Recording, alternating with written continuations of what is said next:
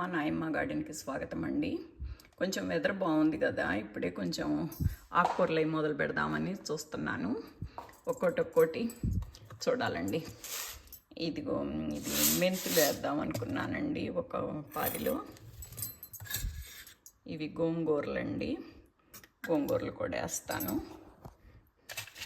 ఇది Swiss Chad అంటారండి, అంటే ఏదో అంటారు, అదే స్విస్ చాడ్ గ్రాస్ అని. ఇది కూడా బాగుంటుంది సలాడ్లోకి, అది బ్రెడ్లోకి అది పెట్టుకోవచ్చు.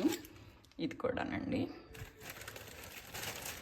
మనకి ఇండియాలో ఉంటుంది కదా తోటకూర, మెరాంతస్ అంటారు ఇక్కడ.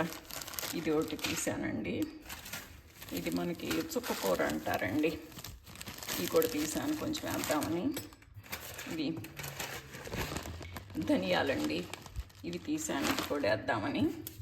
ఇది ఆవాలండి, ఇది కూడా కొంచెం తీస్తాను డబ్బాల్లో నుంచి. కొంచెం తీసి కూడా కొంచెం జల్లుతాను. ఎప్పుడు జల్లలేదు ఆవాలు, కానీ మా తమ్ముడు వేద్దాం అక్కయ్య బాగుంటుంది అంటున్నాడు, అందుకని కొంచెం తీసానండి. ఇప్పుడు ఇవన్నీ తీసి నాటుకుందాము. ఫస్ట్ వెళ్ళేసి బెడ్స్ సరి చేసుకొచ్చుకోవాలండి. ఆకుకూరలకు సరిపోయేటట్టు కొంచెం దున్నుకొని కొంచెం లైన్లు తీసుకొని చూసుకొచ్చుకుందాము. ఇదిగోండి యార్డ్లోకి వచ్చేసాము. నేలంతా దున్నేసి చక్కగా లైన్లు కూడా గీసుకొని చక్కగా పెట్టానండి. 4-5 లైన్లకు ఒక్కొక్క వెరైటీ వేసుకుందామని. నేను అంతా యార్డ్లో ఇలా మట్టేసేసి కిచెన్ వేస్ట్ వేసి పైన మట్టేసి పెట్టాను కదా. ఇప్పుడు తవ్వుతుంటే నాకు పైన అయ్యే వస్తున్నాయి. మరీ పైన అయ్యి వాటి కిందకి వేర్లు వెళ్తాయో లేదోనని కొద్దిగా తీసానండి అక్కడక్కడాను. ఇదిగో అంతా నాకు కొంచెం తవ్వుతుంటే కూడాను నాకు కంపోస్ట్ వచ్చేస్తుందండి. ఇదిగో వేస్ట్ కంపోస్ట్. ఇది మనకి మొన్నటి వరకు వింటర్ చలే కదా, అది బక్కొళ్ళలేదన్నమాట. అది వేసాను. ఇది సైడ్ యార్డ్ అంతా మాకు ఎండ రాదండి, నీడ ఉంటుంది. ఈ నీడలో మనకి పెడితే మొక్కలు చుట్టాని బాగానే ఉంటాయి కానీ కాయలు కాయవు. అందుకని ఇదంతా నేను ఆకుకూరలు వేసేద్దాం అనుకున్నాను. ఇక్కడ ఇదిగోండి లాస్ట్లో నేను ఇది పుదీనాకు వేసానండి. ఇదిగోనండి ఫస్ట్ గోంగూరలతో మొదలు పెడదాము. ఇటు పుదీనాకు వేసాం కదా, ఈ పక్కన ఇంకేదైనా ఉంటే అది అల్లుకుంటుంది. అదే గోంగూర ఉంటే కనుక పుదీనాకి యువతలకి రాదు, అందుకని గోంగూర పెడదాము. ఇక్కడ ఈ 4 లైన్లు అలా పెడదాం. మేము అసలు ఎక్కువ గోంగూర వాడమండి పులుపని, కాకపోతే ఎవరైనా వస్తే ఇవ్వటానికి ఉంటుందిలే మనమని 4 లైన్లు పెడదాం. 1 2 3 4 5 ఈ లైన్ల వరకు పెట్టేసేద్దామండి. ఇప్పుడు ఇంకోటి తీద్దాము. ఆవాలు వేద్దామండి కొంచెం. ఈ ఆవాలు ఇక్కడ మళ్ళీ ఒక 4 లైన్లు తీసానండి. 1 2 3 4 ఈ 4-5 లైన్లు ఆవాలు వేసేద్దాము.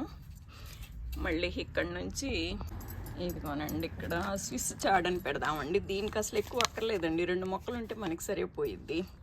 మనం ఎక్కువ పప్పుల్లోనే ఉన్న ఆకుకూరలో పాలకూర ఇవి వేస్తాం కదా, పాలకూర, చుక్కకూర, తోటకూర అవి. ఇది స్విస్ చాడొట్టి మనం సలాడ్లోకే వేసుకుంటామండి. బ్రెడ్ బొడ్డులోకి జస్ట్ 2 లైన్లు పెడతాను. 4 మొక్కలు వేసినా సరిపోద్ది. ఈ రెండిట్లో వేద్దామండి. ఇక్కడ మళ్ళీ 4-5 లైన్లు ధనియాలు వేద్దామండి. 1 2 3 4 5 ఈ లోపల ధనియాలు వేసేద్దామండి. ఇది అక్కడ ధనియాలు పెట్టాం కదా, దీనికి యువతల ఇదిగో చుక్కకూర పెడదామండి. చుక్కకూర నాకు బాగా ఇష్టము, ఎక్కువ మందికి ఇష్టమైతే ఇది కొంచెం ఒక 5 లైన్లు పెడదాం. 1 2 3 4 5 లైన్ల వరకు ఇక్కడ చుక్కకూర పెడదామండి. ఇదిగోనండి తోటకూర వచ్చిందండి. ఈ తోటకూర కొంచెం ఎక్కువగానే వాడుకుంటాం కదా మనం, ఇండియన్స్ని ఫ్రై చేసుకున్న, పప్పులో పెట్టుకున్న, పెసరపప్పు వేసి వండుకున్న. ఇది కొంచెం 4-5 లైన్లు ఎక్కువే వేసుకుందామండి. మిగిలితే ఎవరికన్నా వచ్చిన వాళ్ళకి కూడా ఇస్తూ ఉండొచ్చు కదా.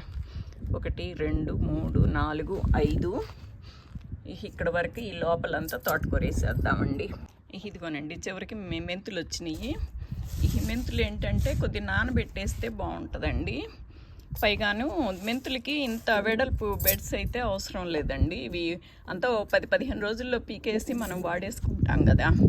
కొంచెం ఈ మధ్యలో కూడా ఇంకొక రోజు వేసుకోవచ్చండి. ఇక్కడ చేశాను కదా ఆల్రెడీ నేను లైన్స్.